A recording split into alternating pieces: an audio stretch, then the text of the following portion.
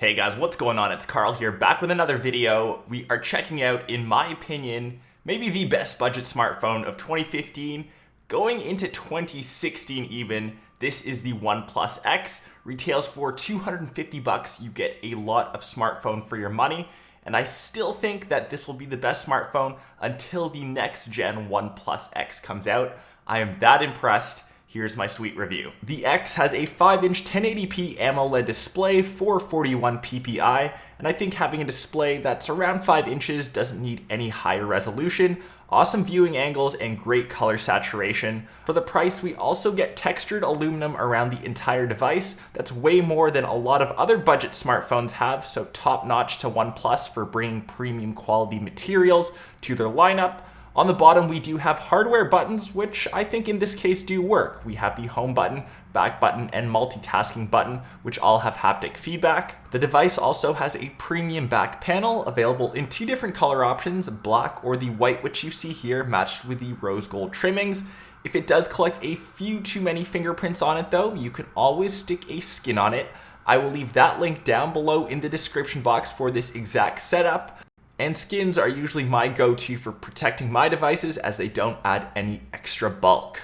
On the sides, we do have the on and off button and volume rockers, the nano SIM card slot tray, and micro SD expandable memory up to 128 gigs, micro USB port on the bottom, as well as speakers. Up top, we have the 3.5mm headphone jack, and on the side, we have the notification slider.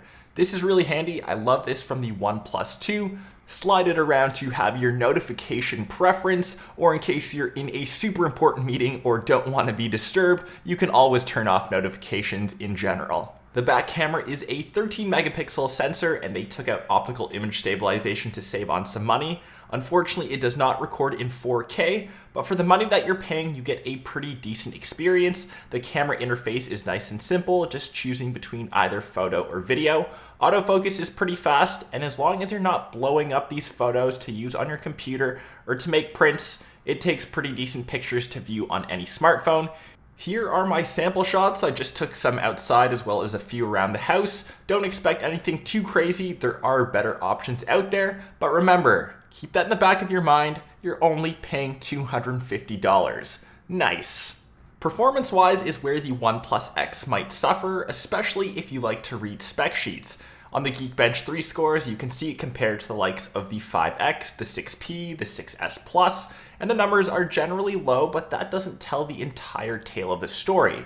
It does have the Snapdragon 801, so that's a bit dated, 3 gigs of RAM and the Adreno 330 GPU, but when I was using the OnePlus X, whether I was playing games, multitasking, throwing my normal social media at it, essentially the things I do on a day-to-day basis on my smartphone, it handled without too many hiccups. Maybe loading times were a bit longer.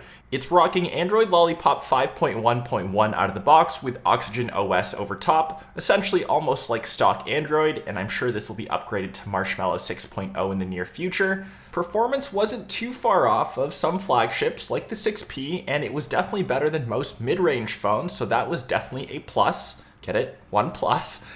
And maybe a few extra features that it's missing out on is no fingerprint sensor or NFC, but if you're looking to look past that, I think this is a solid choice, given the fact, I'm going to repeat this one more time, 250 bucks. Try to beat this thing. I bet you can't. That was my review of the OnePlus X. If you're in the market for a new smartphone, or a budget smartphone, or a smartphone in general, you kind of get my overall trend. Definitely check out the OnePlus X. $250 goes such a long way, whether it's your primary phone, a backup. I think I'll rock this with me whenever I travel, since I won't be too worried in case I lose it. $250 goes such a long way. Maybe the only thing is you have to wait for an invite. I'll be working with OnePlus to hopefully throw some invites your guys' way, so be sure to go crazy over on that like button, subscribe to the channel if you already haven't, and I will catch everyone else in my next episode. Peace! 250 bucks, can you believe that? Damn.